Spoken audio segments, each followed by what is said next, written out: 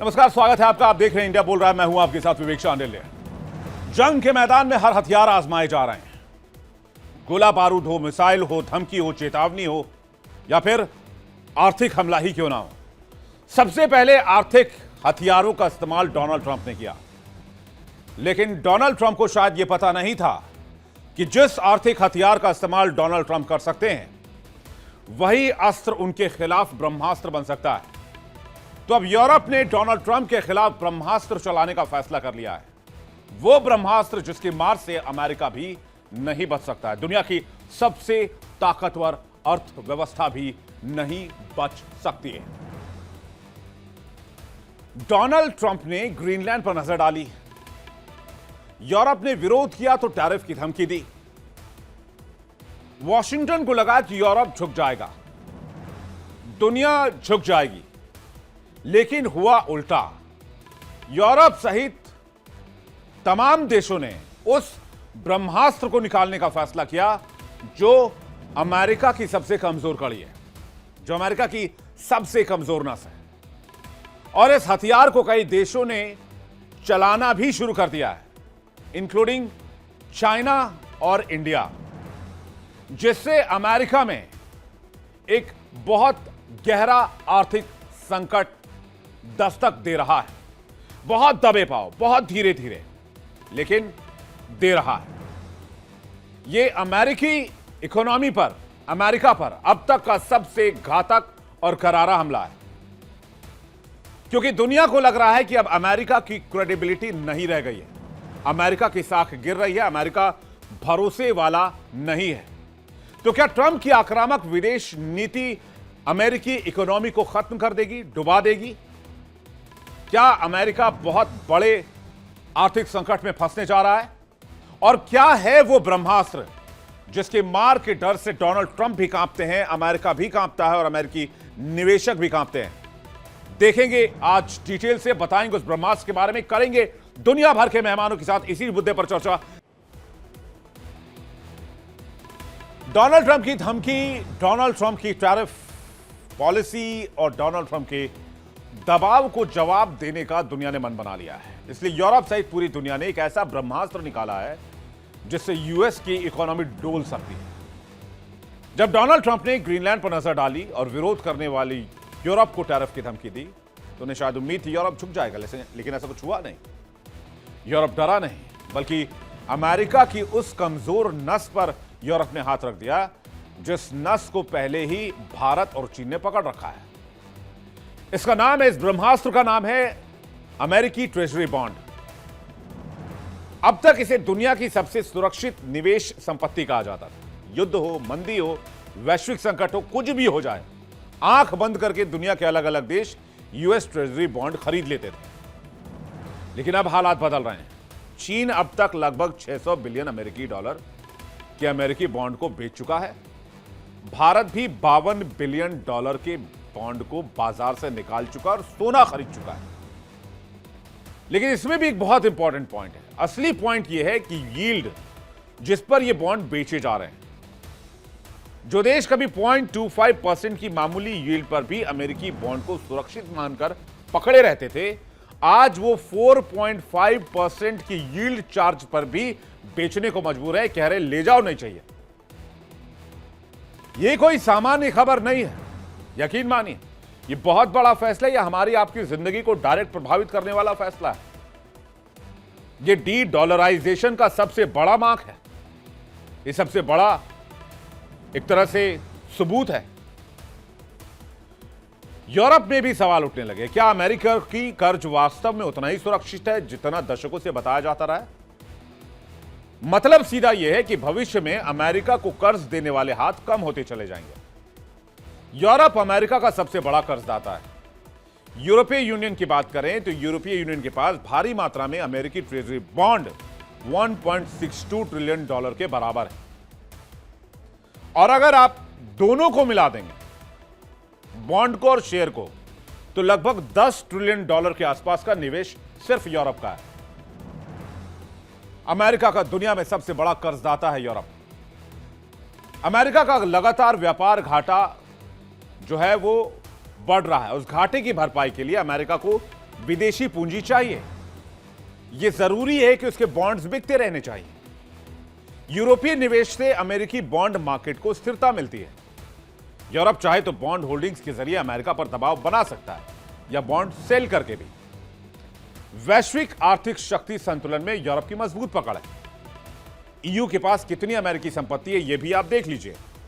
Treasury bond, अमेरिकी stocks और corporate bond कुल जोड़ देंगे आप $10 ट्रिलियन से अधिक का माल है।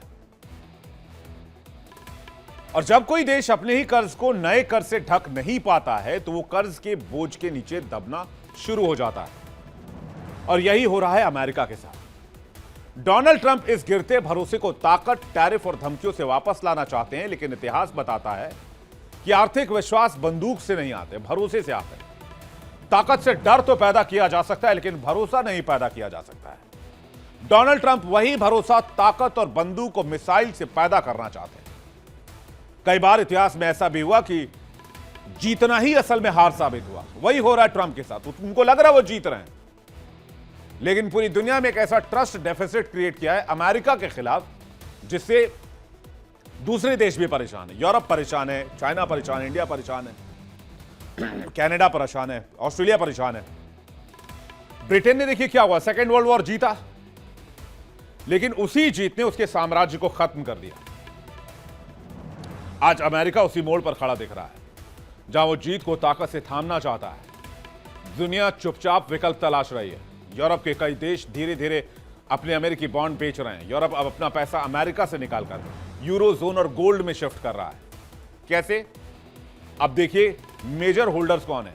बेल्जियम 481 बिलियन अमेरिकी ट्रेजरी बॉन्ड बेल्जियम के पास है डॉलर के लिहाज से। ईयू में सबसे बड़ा विदेशी धारक है। लग्जमबर्ग 425.6 बिलियन डॉलर का अमेरिकी बॉन्ड फाइनेंशियल हब के रूप में अहम भूमिका है। 376.1 बिलियन अमेरिकी बॉन्ड यूरोजोन की सबसे बड़ी आर्थिक ताकत है। आखिर क्यों अहम यह आंकड़ा? अगर यूरोप ने इन बॉन्ड्स को तेजी से बेचना शुरू किया तो सबसे पहला झटका लगेगा अमेरिका की फाइनेंशियल स्टेबिलिटी को। ब्याज दरें बढ़ेंगी, कर्ज लेना महंगा होगा, अमेरिकी अर्थव्यवस्था की रफ्तार सुस्त पड़ जाएगी और अमेरिका का पूरा फाइनेंशियल सिस्टम डगमगा सकता है, धराशायी हो सकता है। अगला असर पड़ेगा डॉलर पर। जब ट्रेजरी बॉन्ड बिकते हैं तो डॉलर की साख और डिमांड दोनों गिरती है। यही वजह है कि वॉशिंगटन यूरोप के हर कदम को बहुत ध्यान से देख रहा है। लेकिन कहानी यही खत्म नहीं होती है। यूरोप के हाथ में सिर्फ ये पैसा नहीं है, ये एक ब्रह्मास्त्र है। जैसा मैंने आपको बताया, ये अमेरिका के खिलाफ दुनिया का सबसे बड़ा ब्रह्मास्त्र है। टैरिफ की धमकी दी तो जवाब मिला ट्रेजरी बॉन्ड सेल के तौर पर। बिना गोली चलाए, बिना कोई मिसाइल फायर किए, अमेरिकी आर्थिक नस पर सीधा अटैक, जिससे अमेरिका भी तिलमिला जाए। डेनमार्क से लेकर फ्रांस और जर्मनी तक संकेत साफ है। अगर अमेरिका ने दबाव की रणनीति जारी रखी तो यूरोप के पास खतरनाक लीवरेज मौजूद है, जो दुनिया के सबसे सुरक्षित माने जाने वाली अमेरिकी ट्रेजरी को बर्बाद कर सकती है। नॉर्वे, यूरोप के बाद नॉर्वे भी यूएस ट्रेजरी बॉन्ड बेचना शुरू कर चुका है। नॉर्वे जो दुनिया के सबसे अमीर देशों में से एक है और अमेरिका के एक बहुत अहम फाइनेंशियल पार्टनर है। नॉर्वे के पास sovereign wealth fund 2.1 trillion dollar की संपत्ति है। नॉर्वे के पास लगभग 180 बिलियन अमेरिकी डॉलर बॉन्ड्स हैं। इसके अलावा नॉर्वे का अमेरिकी शेयर बाजार में भी भारी भरकम निवेश है, जो लगभग 759 बिलियन डॉलर के करीब है।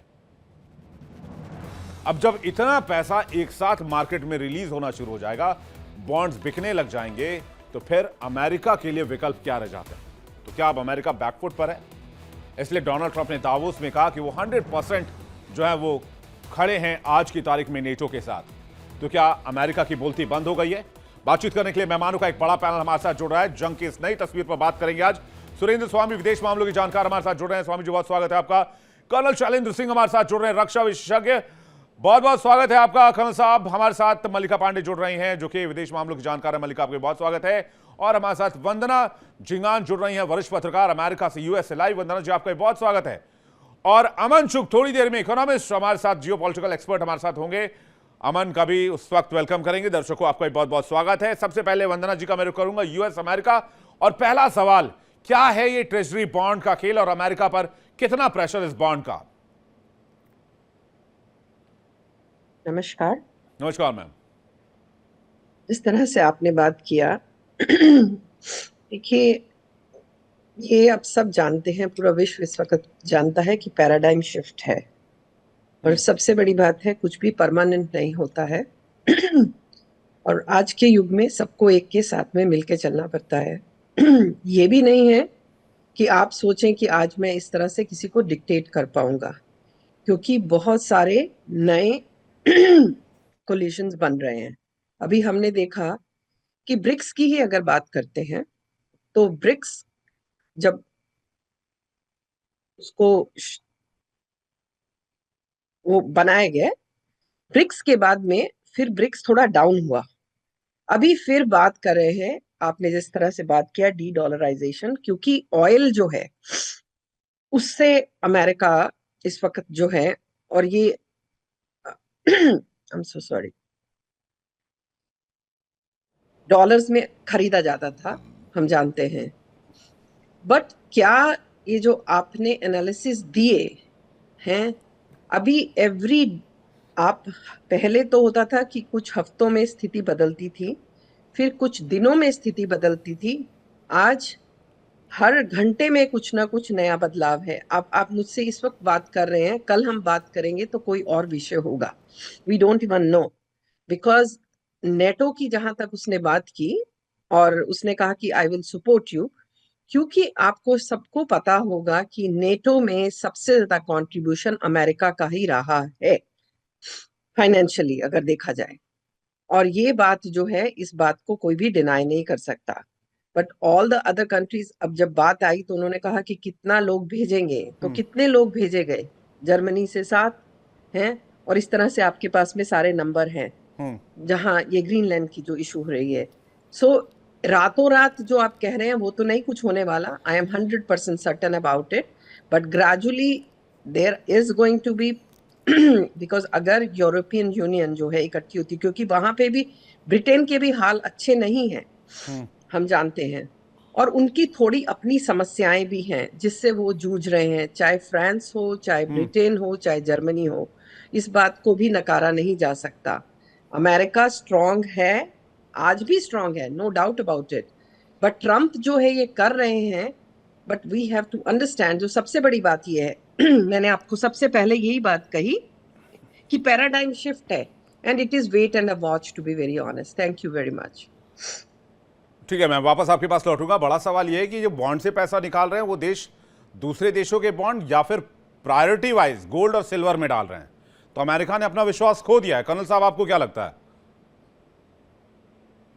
जय हिंद, नमस्कार। देखिए, आपके सवाल का अगर मैं बड़ा सीधा सीधा आंसर दूं तो ये जी। ट्रम्प नहीं, पूरी दुनिया एक्नॉलेज करती है कि आज की तारीख में सिर्फ दो चीजें आपके पास हैं तो you will start ruling the world, और ये प्रूव हो रहा है। एक है पैसा, दैट इज इकोनॉमी, और एक है आपकी डिफेंस पावर। कि आपके पास अगर ये दो चीजें हैं, कुछ भी कह लीजिए, कहीं पर भी आप इसको लगा लीजिए, आप देखेंगे कि वो कंट्री सेल्स थ्रू। बिकॉज अगर आप वेनेजुला की बात कर लें, सारे कंट्रीज ने चूं चाह जो भी करना था किया, बट किसी ने एक्चुअली ग्राउंड पर कुछ नहीं करके दिया। ईरान से रिलेटेड भी आप देख लीजिए, सारे के सारा वही मामला चल रहा है। ग्रीनलैंड के बारे में बात करना है, वहां पर भी आप यही पाएंगे। अब आगे बात जो सबसे बड़ी, जो आपने इतनी टेक्निकलिटी से बताई, मैं दर्शकों के लिए एक बड़ी सिंपल बात बताता हूं। बॉन्ड क्या है? बॉन्ड है पैसा। क्या आपने अमेरिका में इतना पैसा लगाया, उसके बदले में आपको बॉन्ड मिल गए। आप उसे सेफ इसलिए समझते थे क्योंकि वहां की इकोनॉमी सेफ है और उनकी डिफेंस फोर्सेस सेफ है। इसलिए ओवरऑल एक सिचुएशन आती है कि वो एक नंबर 1 कंट्री है, वहां सब कुछ जो पैसा लगाया जाएगा वो सेफ है, एब्सोल्यूट सुरक्षित है, एक अच्छा रिटर्न देगा। जिन्होंने पैसा लगाया, जब आप उन्हीं को हड़काने लगोगे तो होगा क्या? कि लोग अपने अपने बॉन्ड ले लेंगे कि भाई साहब हमारा इनकैश करिए, हम गोल्ड में काम करेंगे, हम सिल्वर में काम करेंगे, हमें तो सेफ्टी चाहिए, बिल्कुल। फाइनेंशियल सेफ्टी चाहिए। और जब ये होगा, मैं आपको बड़े जिम्मेदारी से कह रहा हूं, इंडिया के साथ यूएस का कोई बैर नहीं है।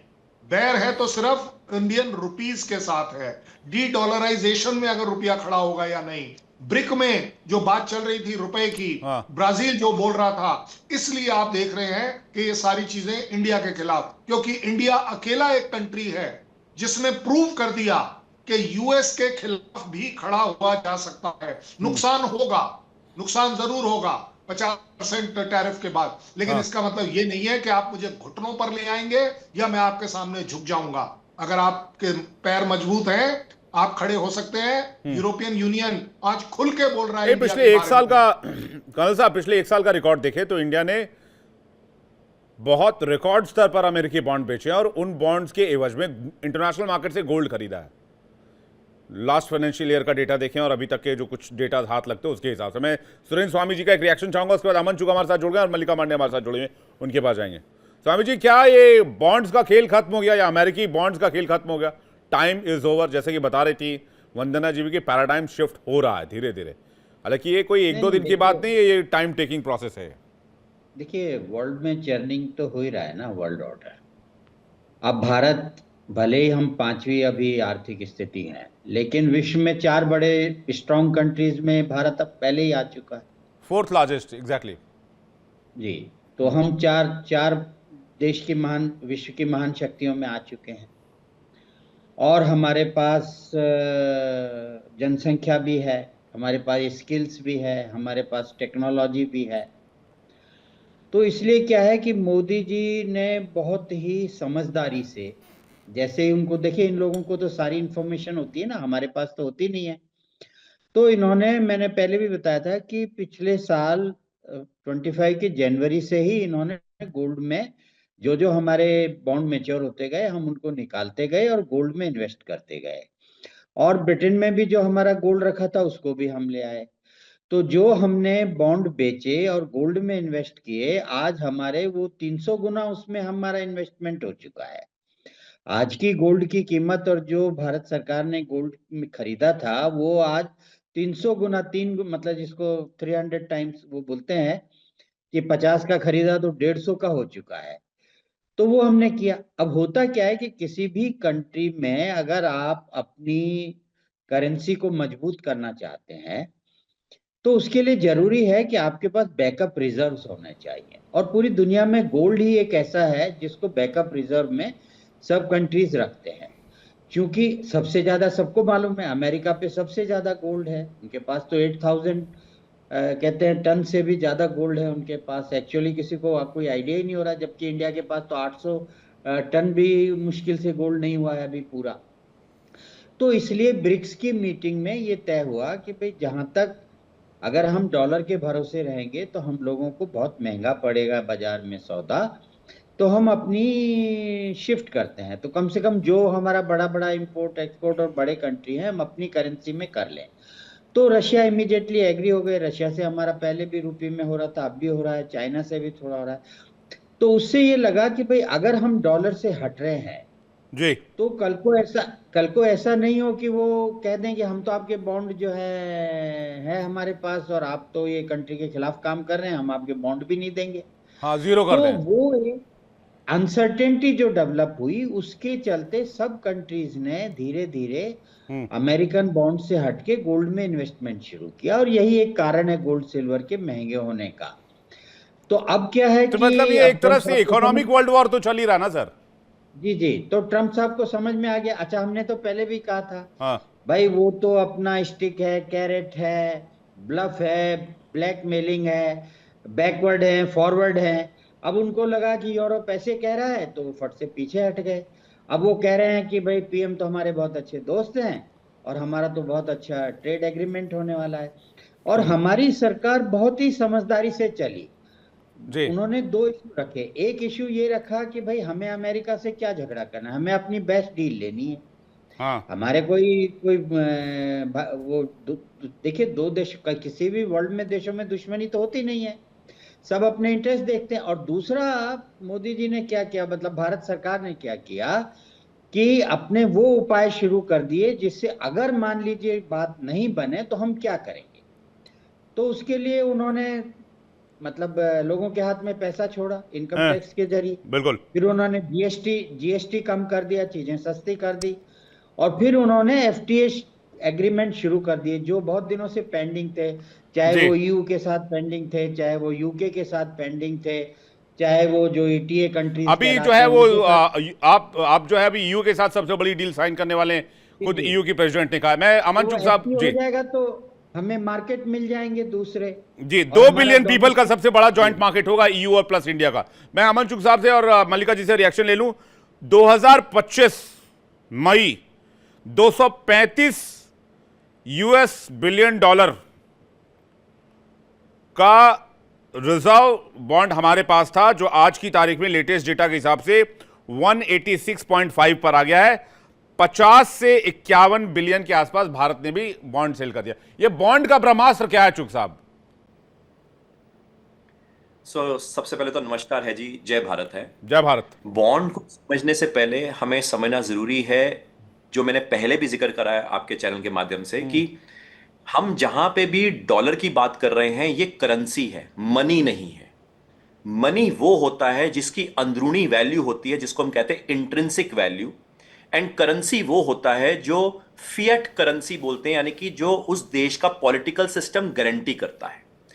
जब फर्स्ट वर्ल्ड वॉर और सेकेंड वर्ल्ड वॉर खत्म हुआ था तो यूएस ने अपने डॉलर को गोल्ड की बैकिंग के साथ निर्धारित किया था। एंड उस टाइम पे हम उसको मनी कह सकते थे, क्योंकि यूएस ने कहा था कि वर्ल्ड में जितनी भी इकोनॉमीज हैं उनका एक सेंट्रल बैंक, समझ लो फेडरल ओपन मार्केट्स कमिटी रहेगा।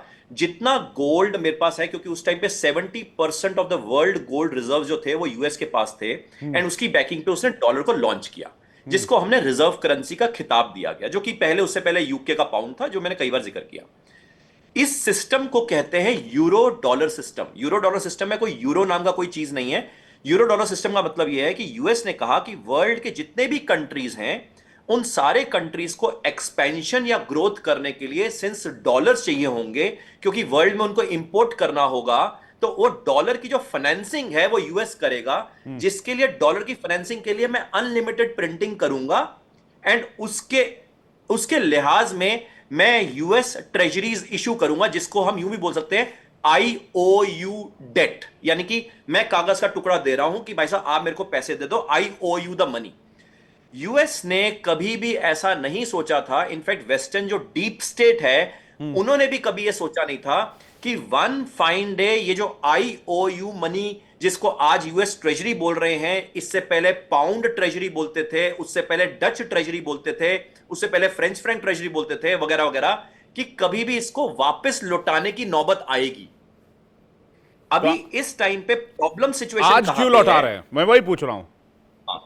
तो यहां पे प्रॉब्लम सिचुएशन क्या है कि जब से इसने रशिया के अगेंस्ट वेपनाइज कर दिया इस सैंक्शन को, डॉलर को, तो वेपनाइज करने के कारण सिंस ग्लोबल ट्रेड में जो करेंसी कॉमन थी, कैरियर करेंसी बोलते हैं, वो डॉलर थी, एंड एकदम से शॉकर ऑफ द वर्ल्ड हो गया रशिया के लिए, एंड ऑब्वियसली चाइना के लिए, जो मैंने जिक्र भी किया कि पहले चाइना वेट्स अमेरिका था जो टूट गया, चिमेरिका टूट गया, चाइना रशिया के साथ मिल गया, जिसको मैंने बोला चशिया हो गया।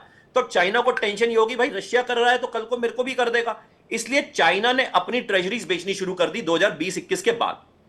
एंड जापान को भी समझ आ रहा था, इसलिए मैंने पहले भी जिक्र किया था कि जापान में जो लीडरशिप थी कुराडो साहब, उनको हटाया गया। एंड किसका हाथ है, ऑब्वियसली हम उसके ऊपर बात नहीं करते, इंटेलिजेंट लोग समझ आएंगे। अब ये पूरी गेम में सारे कंट्रीज यूएस की ट्रेजरीज का रिडेम्पशन कर रहे हैं। पहले रोल ओवर होता था, यानी कि जब भी यूएस ट्रेजरी का मैच्योरिटी डेट आती थी कि ये कागज का टुकड़ा वापस दो, तो यूएस कहता थैंक यू वेरी मच, आप नया कागज का टुकड़ा ले लो, मेरे से बदले में पैसे मत मांगना। यानी कि यूएस ने एक ऐसा फाइनेंसिंग सिस्टम एस्टेब्लिश किया था जिसमें कभी भी उसको पैसा कभी लौटाना ही नहीं पड़ना था। मगर अब कलेश ये हो गया कि जैसे ही उसने रशिया वेट्स चाइना का खेल कर दिया, यानी चशिया हो गया, वहां पे भारत भी बन गया, एंड भारत इसको लीड कर रहा है। और आरबीआई की अभी लेटेस्ट स्टेटमेंट दी है इन्होंने कि भाई साहब हम तो अब आउटसाइड द स्विफ्ट सिस्टम चले जाएंगे, यानी कि सेंट्रल बैंक डिजिटल करेंसी ई रुपी को हम ई युआन के साथ लिंक कर देंगे, और साथ में डिजिटल रूबल को भी लॉन्च करके उसको इंटीग्रेट करके हम उसको एक नया करेंसी मॉडल खड़ा कर देंगे। अब इस करेंसी को it will be backed by multivariate resources, not only gold, क्योंकि सारे कंट्रीज के पास गोल्ड नहीं है, तो इसलिए जो भी उनके रिस्पेक्टिव कंट्रीज का रिसोर्सेज है, उस रिसोर्सेज से मल्टीपोलर करेंसी मॉडल का निर्माण हो रहा है। यानी कि ये पूरा फाइनेंशियल सिस्टम का तो मतलब आप कह रहे हैं कि अगर यही सिलसिला जारी रहा तो शहबाज शरीफ और डोनाल्ड ट्रंप दोनों मिलके पकौड़े की दुकान लगाएंगे? वो भी लाहौर में। इसको इसको एंड में 30 सेकंड में बस ये समझ लो कि जैसे जैसे अब रीफाइनेंसिंग हो नहीं रही है, रिडेम्पशन हो रही है, इस साल 2026 में $12 ट्रिलियन का रिडेम्पशन है जी। 12 ट्रिलियन डॉलर का, और 38 Redemption। ट्रिलियन डॉलर के डेट में ऑलरेडी अमेरिका फंसा हुआ है, तो वो 50 ट्रिलियन डॉलर के पार जा सकता है। एंड दिक्कत ये, जो कंट्री रिडेम्पशन करेगा वो कहेगा मेरे को डॉलर नहीं चाहिए, मेरे को गोल्ड दिखाते, पर गोल्ड है क्या? और गोल्ड का ऑडिट उन्होंने पिछले 40 साल से कराया नहीं है। गोल्ड का ऑडिट ही नहीं करा। फाइनेंशियल सिस्टम ये का चोर challenge की बहुत दाढ़ी बड़ा में है। तिनका है, मैं बता रहा हूं, ये आदमी फर्जी है, इसकी दाढ़ी में तिनका है। तो गोल्ड दिखाया नहीं आज तक, गोल्ड के नाम पर डॉलर बेचता रहा। मल्लिका जी का रिएक्शन चाहूंगा, उसके बाद वंदना मैम और कर्नल साहब आपके पास आ रहा हूं। वंदना, क्या लग रहा है, अमेरिकी इकोनॉमी जो बहुत बबल था एक, वो उसके फटने का टाइम आ गया है? नमस्कार विवेक जी, बिल्कुल उसके फटने का टाइम क्या, फट ही गया है। अगर आप देखिए डोनाल्ड ट्रंप की कल की स्पीच, आप डावोस की देखिए, तो वो बोल रहे हैं कि इन्फ्लेशन मैंने कम कर दिया है। बाइडेन के टाइम पे इन्फ्लेशन इतना था, बट अभी आप सीएनबीसी और इनके जितने भी रिपोर्ट्स आ रहे हैं कल और आज के पढ़े, तो इन्फ्लेशन कहीं भी कम नहीं हुआ है। 72% है इन्फ्लेशन आज के टाइम में, तो कहाँ कम किया है इन लोगों ने। सेकेंड चीज, इसमें मैं एक और चीज ऐड करना चाहूंगी जो चुक साहब ने भी बोली, कि अब डिजिटल उसमें बहुत ज्यादा फोकस हो रहा है। तो अभी हम हाल ही में दुबई गए थे, तो दुबई में आप देखिए, आप यूपीआई पेमेंट कर सकते हैं, आप हमारा स्कैन करिए, आप यूपीआई पेमेंट कर सकते हैं। तो भारत बहुत ज्यादा डिजिटल की तरफ जा रहा है, और जो ब्रिक्स ब्लॉक है उसका अलग करेंसी बनाने का भी एक इन्होंने प्रस्ताव रखा है, जो बहुत कुछ अब लाइन में आ जाएगा, चीजें लाइन में आ जाएंगी। तो जैसे दुबई है, 3-4 और कंट्रीज हैं जिसमें भारत के, हमें कोई कार्ड, हमें कोई डॉलर, जैसे हम पहले डॉलर ले जाते थे अगर आपको याद हो तो, और वहां पर एयरपोर्ट में जाके कैश कराते थे डॉलर्स को उनकी लोकल करेंसी में। बट अब आज के टाइम में अगर आप दुबई जा रहे हैं तो आप नॉर्मल स्कैन करेंगे, जैसे हम यहाँ यूपीआई स्कैन करते हैं, वहां स्कैन करेंगे, इंडियन रुपी में वहां पेमेंट हो जाता है। तो विवेक जी, बहुत सारा, जैसे मैम ने भी बोला कि पैराडाइम शिफ्ट हो रहा है। अमेरिका अब वो दादा नहीं रहा। अमेरिका को यूरोप से एक और डर लग रहा है, जो मैं बताना चाहूंगी। जो ईयू है, ईयू के जितने देश हैं, उन्होंने 18 ट्रिलियन डॉलर्स आज के टाइम में इन्वेस्टेड है अमेरिका में। तो जैसे ही अगर ज्यादा डोनाल्ड ट्रम्प इनको आंख दिखाएंगे, अगर ये बॉन्ड उन्होंने वापस लेने शुरू कर दिए, ईयू के जितने भी लोग हैं उन्होंने विड्रॉ करना शुरू हो गया, ये बैंकरप्ट हो जाएगा अमेरिका। तो अमेरिका को इसलिए भी अब डर लगने लग गया है। तो विवेक जी, बहुत एक कंफ्यूजन सा स्टेट लग रहा है। जिस टाइम में वो इन्फ्लेशन की बात करते हैं बाइडेन, आज के टाइम में विवेक जी आपके दर्शकों को ये भी बताना चाहूंगी, ये टैरिफ के जो ट्रम्प हमारे टैरिफ बन चुके हैं, मतलब डोनाल्ड ट्रम्प की जगह डोनाल्ड टैरिफ हम बोले उनको, उनके खिलाफ 1000 कंपनीज, जो यूएस की कंपनीज हैं, 1000 कंपनीज ने सुप्रीम कोर्ट में याचिका दर्ज की है, और उनकी हियरिंग चल रही है आजकल यूएस के सुप्रीम कोर्ट में। 1000 कंपनीज में कि इलीगल टैरिफ लगाए जा रहे हैं, लगाए जा रहे हैं। वो तो लोग डोनाल्ड बोल ट्रम्प रहे हैं- बार बार हो रहे हैं कि कोर्ट का फैसला मेरे खिलाफ आया तो मैं बर्बाद हो जाऊंगा, मैं कहीं का नहीं रहूंगा, मेरे जो है वो बनियान तक फाड़ लिए जाएंगे, मैं पैसे कैसे लौटाऊंगा, इतने देशों के पैसे लौटाने पड़ेंगे, इतने रुपए देने पड़ेंगे, मैं कहां से लाऊंगा। आपने जो यूपीआई की बात की, आपने दुबई का जिक्र किया, भूटान में यूपीआई 2021 में सबसे पहले शुरू हुआ, नेपाल में यूपीआई, संयुक्त अरब अमीरात यूएई में यूपीआई, सिंगापुर में यूपीआई, फ्रांस में यूपीआई चल रहा है जो यूरोप का पहला देश है, मॉरिशस में यूपीआई, श्रीलंका में यूपीआई, कतर में यूपीआई चल रहा है, और 2029 तक 20 से ज्यादा देशों में यूपीआई पहुंचाने की प्लानिंग की जा रही है। तो ये एक बहुत बड़ी प्लानिंग है जो कि करेंसी के ऊपर चल रही है। लेकिन अमेरिका की स्थिति, जो अमेरिका ने ट्रस्ट डेफिसिट क्रिएट किया अपने लिए, जो विश्वास, जो भरोसा गया, भरोसा बनाने के लिए आपको धमकी की, टैरिफ की, बमों की, मिसाइल की आवश्यकता नहीं होती, उस वो भरोसे को आपको जीतना होता है। तो भरोसा जो ओवर द डिकेड बना, उसको डोनाल्ड ट्रंप ने 1 साल में खत्म कर दिया। अमन साहब कुछ कहना चाह रहे हैं? कर्नल साहब आपके पास आ रहा हूं, और वंदना मैम आपके पास आ रहा हूं। अमन साहब कुछ कह रहे हैं? सॉरी, मेरे से पूछ रहे हैं विवेक भाई? जी, आप कुछ कह रहे थे। जी, मैं ये 2-3 पॉइंट्स बड़े इंपॉर्टेंट हैं। देखिए, जिस तरीके से सारे कंट्रीज जो यूएस की ट्रेजरीज वापस रिडीम कर रहे हैं जी, उसके कारण आप समझो कि बॉन्ड की वैल्यूएशन गिरेगी तो यील्ड बढ़ेगा। यील्ड यानी कि आने वाले समय के जो एक्सपेक्टेड इंटरेस्ट रेट्स हैं वो बढ़ रहे हैं, बिल्कुल। एंड 4.5% के रेट पे बेचने को तैयार हैं, जो 0.25% पे भी नहीं बेचते थे। बिल्कुल। इसके कारण जो यूएस के बैंक्स हैं और वर्ल्ड के जो बड़े बड़े पेंशन फंड्स हैं, जिन्होंने मैसिव यूएस के बॉन्ड्स में पैसा लगाया हुआ है, आप सोचो उनके बॉन्ड की वैल्यूएशन भी टूट जाएगी तो बैंकिंग क्राइसिस भी वेस्टर्न वर्ल्ड में आपको देखने को मिलेगा। एक मुद्दा ये। दूसरा, इन्फ्लेशन जिस तरीके से बढ़ रही है, इसका एक और रीजन है जो मैंने पहले भी जिक्र किया है कि यूएस अपने आप में कोई मैन्युफैक्चरिंग करता ही नहीं है। इनफैक्ट टॉयलेट पेपर भी उसके चाइना से आते हैं, होंडुरास से उसके अंडरगारमेंट्स आते हैं।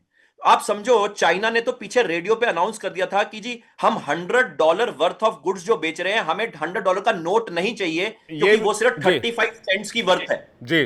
तो इसके कारण महंगाई तो और बढ़ जाएगी, क्योंकि सप्लाई ऑफ गुड्स ही नहीं होएगा। नहीं, वो तो तीसरा मुद्दा, वो सर, वो आपने अंडरगारमेंट्स और चड्डियों की बात की तो बांग्लादेश बना के दे देगा। यूनुस के देश में बहुत बनते हैं वो कपड़े, तो वो कपड़ा बना के दे देंगे, उनसे कोई दिक्कत नहीं, वो मिल जाएगा उनको, वो सिक्योर है वो अभी जगह बांग्लादेश।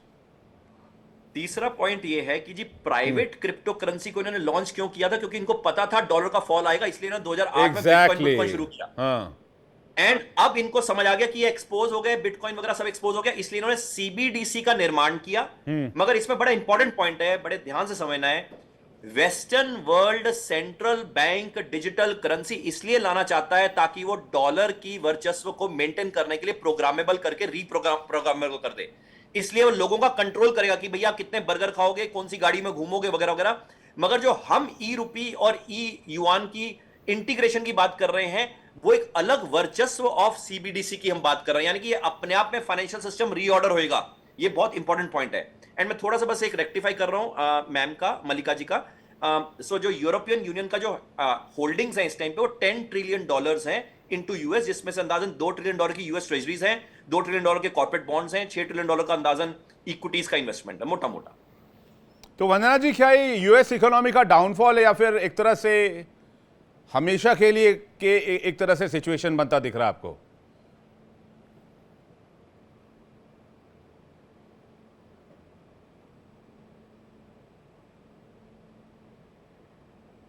आपकी आवाज नहीं आ रही, थोड़ा माइक चेक कीजिएगा ma'am please. Thank you. I apologise, sorry.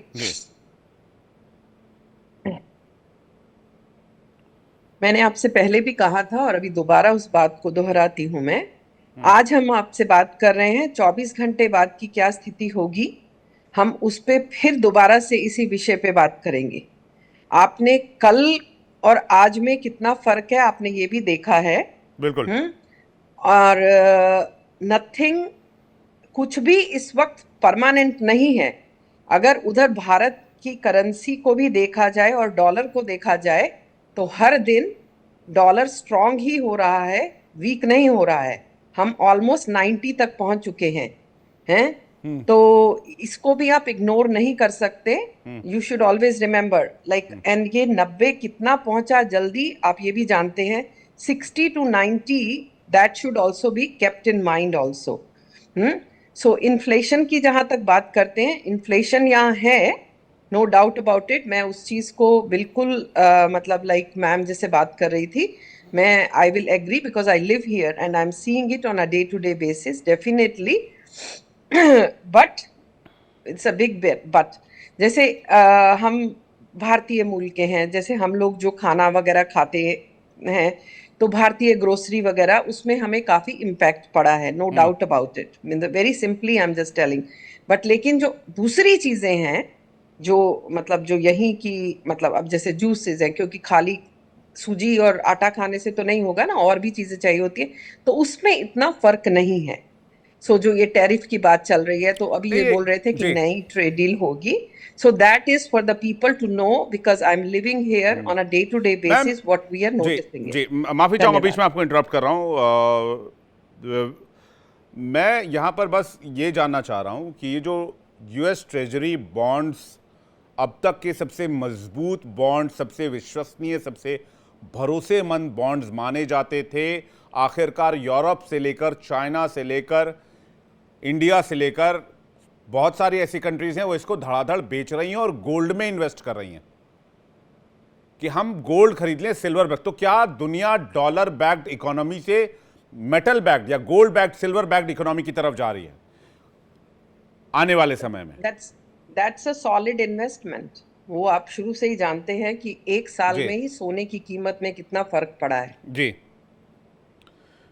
no doubt about that. जी, मैं कर्नल साहब का रिएक्शन चाहूंगा इसी पर। मैं आ रहा हूं उसके बाद चुग साहब, आप इस पे अपना एक्सप्लेनर तैयार रखिएगा। कर्नल साहब। विवेक, देखिए, हम जो ये सारे डिस्कशन कर रहे हैं, आपको क्या लगता है कि US doesn't realise all this? US knows it well. मैं आपको बड़ी जिम्मेदारी से कह रहा हूं जी। और यूएस को ये भी, और जो मैडम ने बिल्कुल ठीक कहा, हर 24 घंटे में उनकी स्टेटमेंट में कहीं ना कहीं एक चेंज आ रहा है ट्रंप के, एक पोलाइटनेस आ रही है, एक थ्रेट आ रही है, वगैरह वगैरह।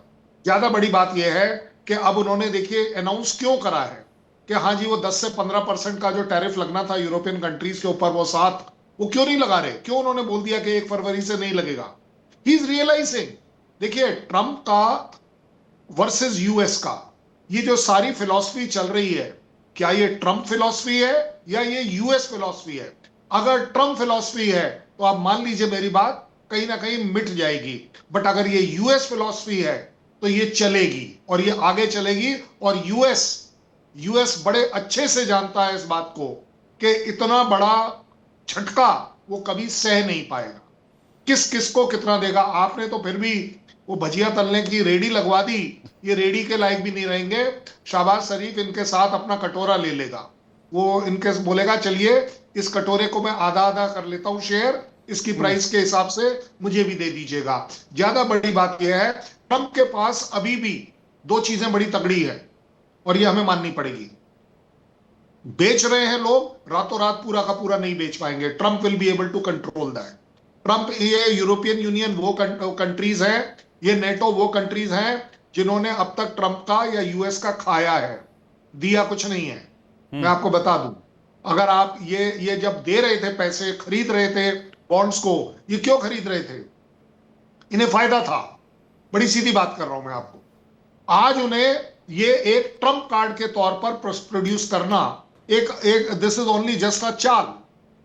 मानिए मेरी बात, they will sell, but Trump will be able to control this with the European Union. European Union में अपनी खुद की ताकत सिवाय इन बॉन्ड्स के और कोई नहीं है। They cannot stand against US in any way, in any forum, except that yes, this is one card which they can play, and that is the bond warfare.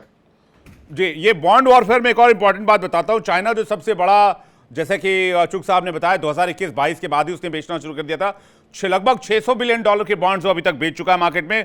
Bharat ने दिसंबर 2023 से नवंबर 2025 तक, चूंकि डेटा नवंबर तक का है, $55 बिलियन का बॉन्ड हम बेच चुके हैं। $182 बिलियन के बॉन्ड्स अभी तक अब हमारे पास बचे हैं। सऊदी अरब ने भी 20 से 25 बिलियन का बॉन्ड बेचा है पिछले कुछ समय में। बेल्जियम ने 15 से 20 बिलियन के बॉन्ड्स बेचे हैं। इसके अलावा यूरोपीय देश भी कह रहे हैं अब धीरे धीरे हम भी बॉन्ड्स बेचेंगे। मैं इसी पर रिएक्शन चाहूंगा स्वामी सर का, उसके बाद मैं चुग साहब मलिका आपके पास आ रहा हूं।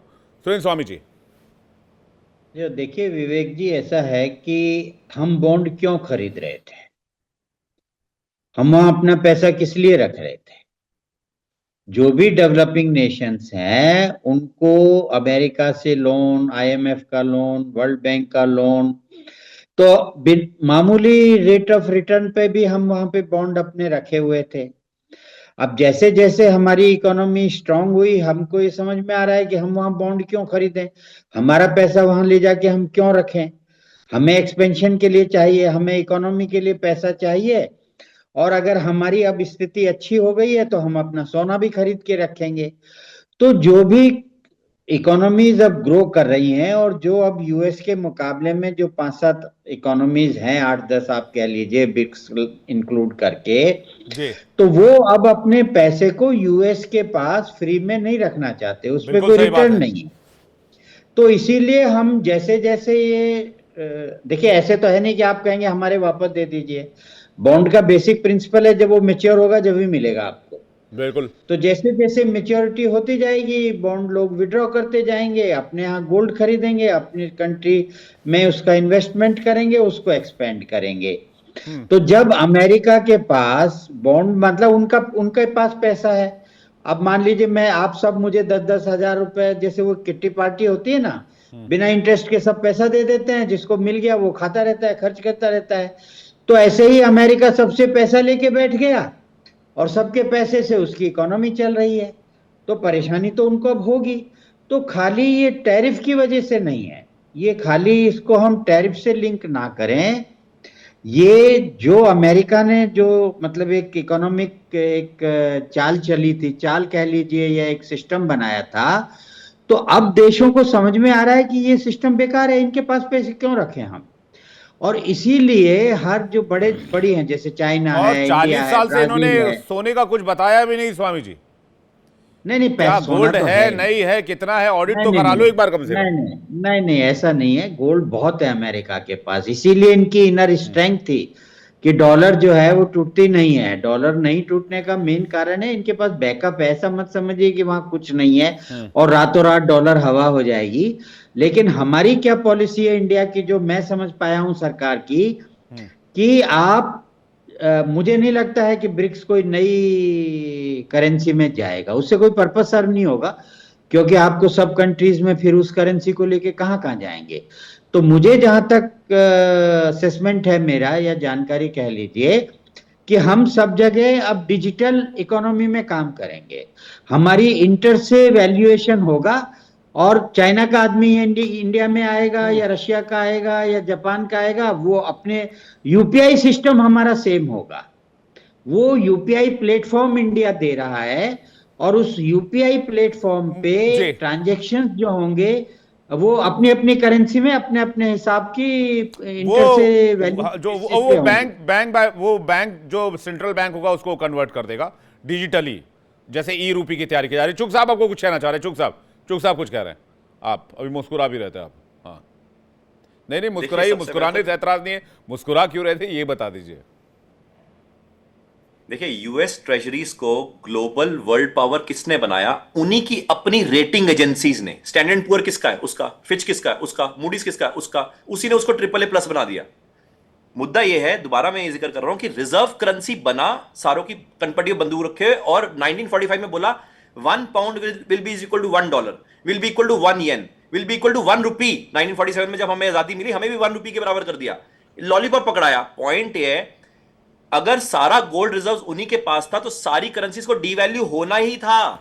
तो रुपी को डीवैल्यू होना था, यूरो को डीवैल्यू होना था, पाउंड को डीवैल्यू होना था, क्योंकि बाय डिफॉल्ट भाई सारा गोल्ड तुम्हारे पास है। यूरो डॉलर सिस्टम को अगर समझेंगे नहीं तो एक ज्ञान गलत है जो हम पेश कर रहे हैं। दूसरा, डॉलर रुपी में रुपी डेप्रिसिएशन जो मैडम ने बोला, आई एम सॉरी टू से, रियल इफेक्टिव एक्सचेंज रेट पे रुपी हैज नॉट डीवैल्यूटेड। ये मेरे को लगता है इनकंप्लीट इंफॉर्मेशन है जब हम बोलते हैं कि 60 का 90 हो गया है।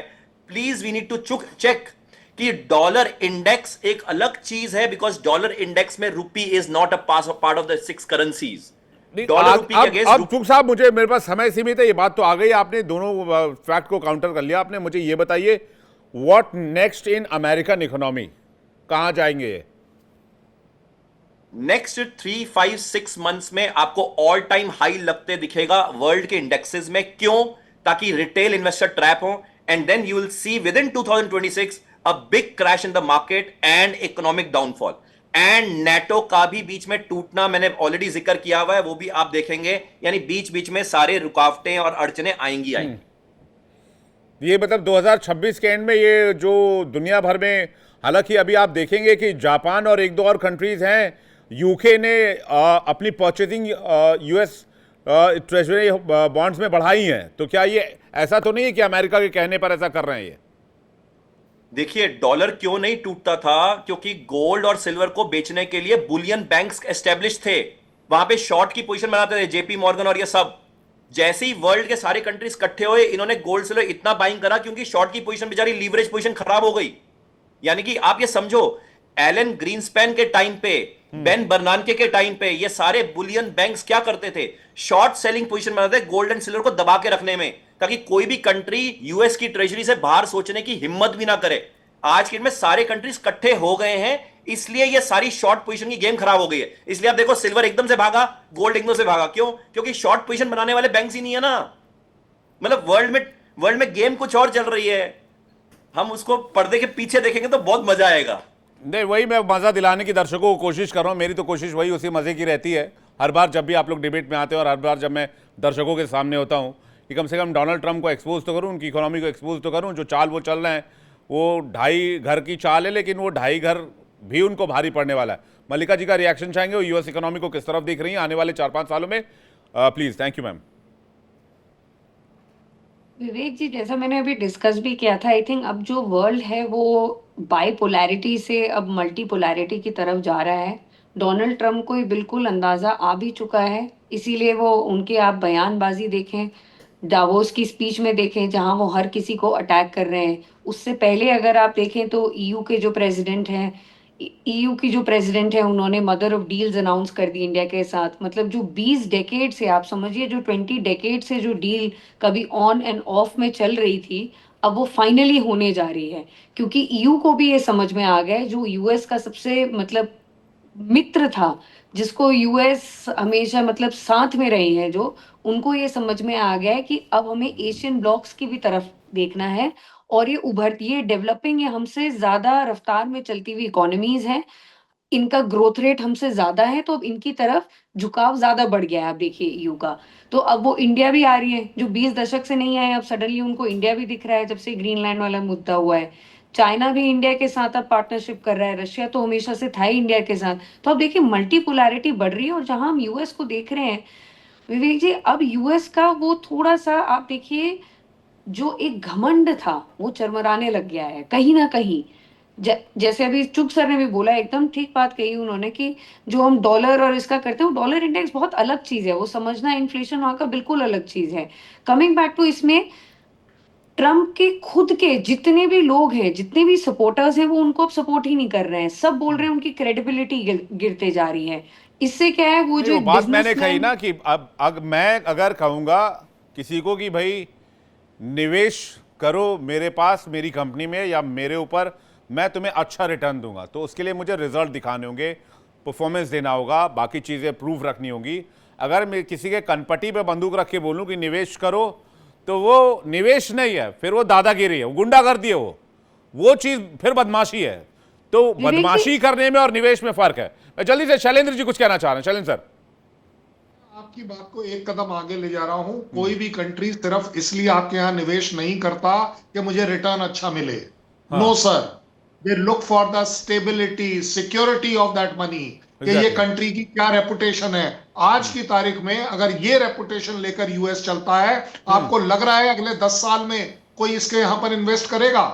क्योंकि हर जगह पर ये पॉसिबिलिटी आती है। बॉन्ड तो खरीद लिए, कल अगर वो नहीं बेचने दे रहा है, उसका पैसा नहीं दे पा रहा है, अब आप कर लीजिए क्या करेंगे। और वो हमेशा मिलिट्री ऑप्शन का धोखा दे देता है। ग्रीनलैंड खरीदने की बात चली थी, वो बिकने को तैयार नहीं, तो बोले मिलिट्री ऑप्शन कर लूंगा। अगर यही नया वर्ल्ड ऑर्डर है, अगर यही नया वर्ल्ड ऑर्डर है, तो I think India has the best right कि हमें कहां जाना चाहिए, आप सबको मालूम है। बिल्कुल सही बात है। सबसे भरोसेमंद अलाय इन्वेस्टर कौन हो सकता है? बहरहाल बहुत बहुत शुक्रिया आप मेहमानों का हमारे साथ जुड़ने के लिए, अपना कीमती वक्त देने के लिए बहुत बहुत धन्यवाद। दर्शकों आपका भी बहुत बहुत शुक्रिया। लेकिन अमेरिका की हालत खराब हो चुकी है और अमेरिकी इकोनॉमी स्लो डाउन की तरफ जा सकता है अगर डोनाल्ड ट्रंप का रवैया अभी भी यही रहा, अभी भी कोर्स डोनाल्ड ट्रंप ने नहीं चेंज किया, ट्रैक चेंज नहीं किया, तो फिर बहुत मुश्किल आएगी। और अमेरिकी इकोनॉमी हिट होगी तो ऐसा मत समझिए कि बाकी दुनिया की इकोनॉमी बहुत हेल्दी रहेगी, बाकी दुनिया की इकोनॉमी पर भी असर होगा। लेकिन निवेश जहां आएगा वहां इंपैक्ट नहीं होगा। भारत में इंपैक्ट कम हो सकता है क्योंकि दुनिया के सभी देश भारत के साथ इस वक्त ट्रेड एग्रीमेंट करने की जुगत में लगे हुए हैं, जिसमें ईयू सबसे बड़ा ट्रेड डील भारत के साथ करना चाहता है। फिलहाल इतना ही, छोटे से ब्रेक का वक्त है। ब्रेक पे जाने से पहले आपको बता दें, इंडिया डेली आपकी स्मार्ट टीवी पर भी मौजूद है। ऐसे इंटरेस्टिंग और मजेदार डिबेट्स आप देखिए with information and fact. India daily 24/7 अपने स्मार्ट टीवी पर, स्मार्टफोन पर लाइव और लगातार।